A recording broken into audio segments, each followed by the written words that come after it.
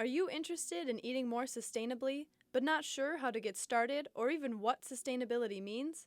Well, you're not alone. Luckily, this video will present you with easy and simple ways to shop and eat in a more mindful and sustainable way. Taking these steps will benefit your health and wellness, but will also have an impact on local economies and the environment. In developed countries such as the United States, the way people acquire their food has undergone immense changes in the last century. In the past, traditional agricultural foods, such as fruits, vegetables, grains, dairy products, and meats, were drastically changed by technological advances such as pasteurization, condensation, extraction, and substitution. Little by little, agro-industrial products replaced agricultural products, and more recently, ready-made food products have reduced the amount of domestic activities that people used to do. Agro-food industries were soon fully expanded. According to popular food writer Michael Pollan, the number one fear of Americans is inconvenience. Americans eat over 20% of meals in the car, cook packaged food products, consume vending machine fare, and ultimately reap the benefits of the subsidized industrial food system.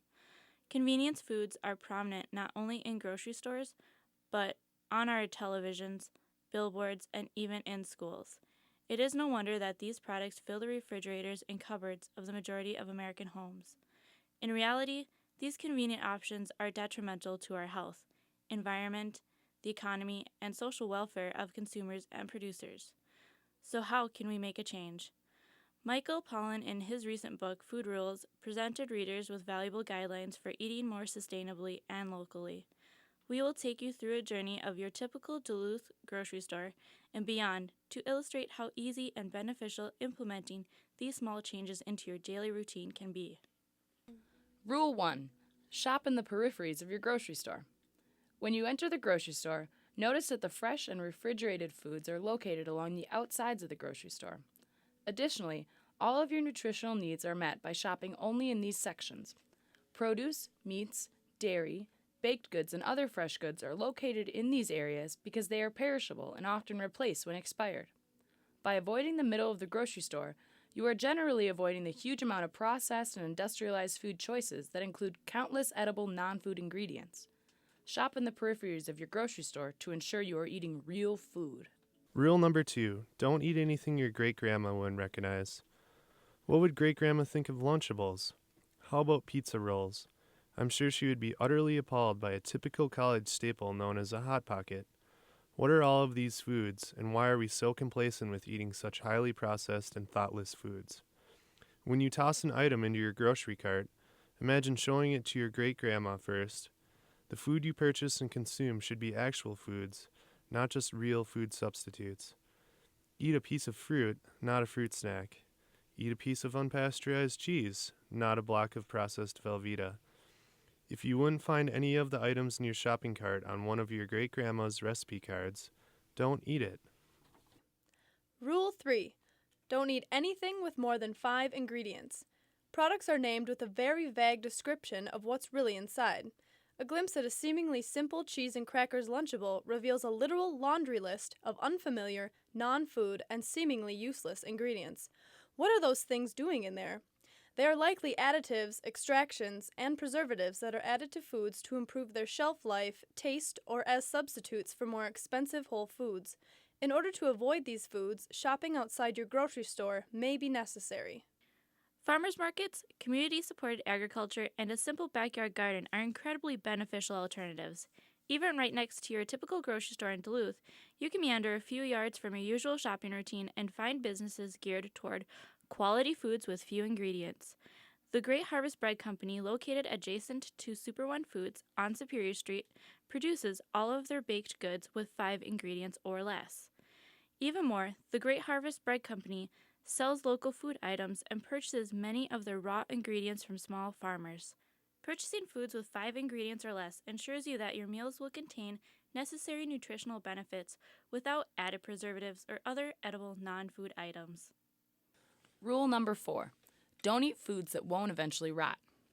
With the exception of honey, foods that don't rot probably contain artificial preservatives or are not food at all. Preservatives are added to food to extend their shelf life, but also hold negative health implications.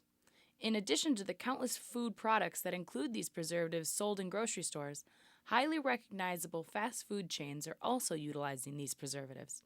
Enjoy this YouTube video featuring a gracefully aging McDonald's entree while we discuss the health problems associated with these preservatives. Sodium benzoate, a common salt preservative, is found in many foods such as carbonated drinks, salad dressing, jams, fruit juices, and pickled foods, along with fireworks, silver polish, cough syrup, and mouthwash. When combined with ascorbic acid, better known as vitamin C, it forms benzene, a known carcinogen, though it is at a level that is supposedly too low to be harmful to humans. In response to similar studies, Coca-Cola has begun to phase out the use of sodium benzoate in its soda pop processing. High fructose corn syrup, a common sweetener and preservative, is a popular ingredient in many sodas, fruit-flavored drinks, and other processed foods. To avoid these unhealthy preservatives, limit processed foods, avoid foods that contain added sugar, and choose fresh fruit rather than fruit juice or fruit-flavored drinks. Even 100% fruit juice has a high concentration of sugar. Choose fruit canned in its own juices instead of heavy syrup. Drink less soda. Don't allow sweetened beverages to replace milk, especially for children. And of course, don't eat foods that won't eventually rot. Rule number 5. Don't be a glutton. It is not just what you eat, but how you eat. Always leave the table a little hungry, Pollan always says.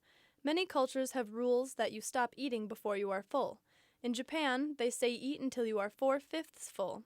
Islamic culture has a similar rule, and in German culture, they say tie off the sack before it's full. Unfortunately, in a country like the US, where a full plate and a full belly are celebrated through huge portion sizes, leaving the dinner table without finishing your dinner has become a social taboo, reserved for calorie counters and picky eaters. By changing the very core values of eating, Americans may come to appreciate food as far more than a cheap and easy means of subsistence. Eating meals together, slowly and thoughtfully, will not only increase the social value of mealtimes, but also decrease the health problems associated with overeating, like obesity, hypertension, and diabetes. Families traditionally ate together, around a table and not a TV, at regular mealtimes. Enjoy meals with the people you love. Don't be a glutton. Slow down your eating and enjoy the benefits of consuming real foods thoughtfully with friends and family. So now you know some easy and simple ways to eat sustainably. Remember, shop in the peripheries of your grocery store. Don't eat anything your great-grandmother wouldn't recognize. Don't eat anything with more than 5 ingredients. Don't eat anything that won't eventually rot. And lastly, don't be a glutton. Happy eating! Oh, that's so creepy.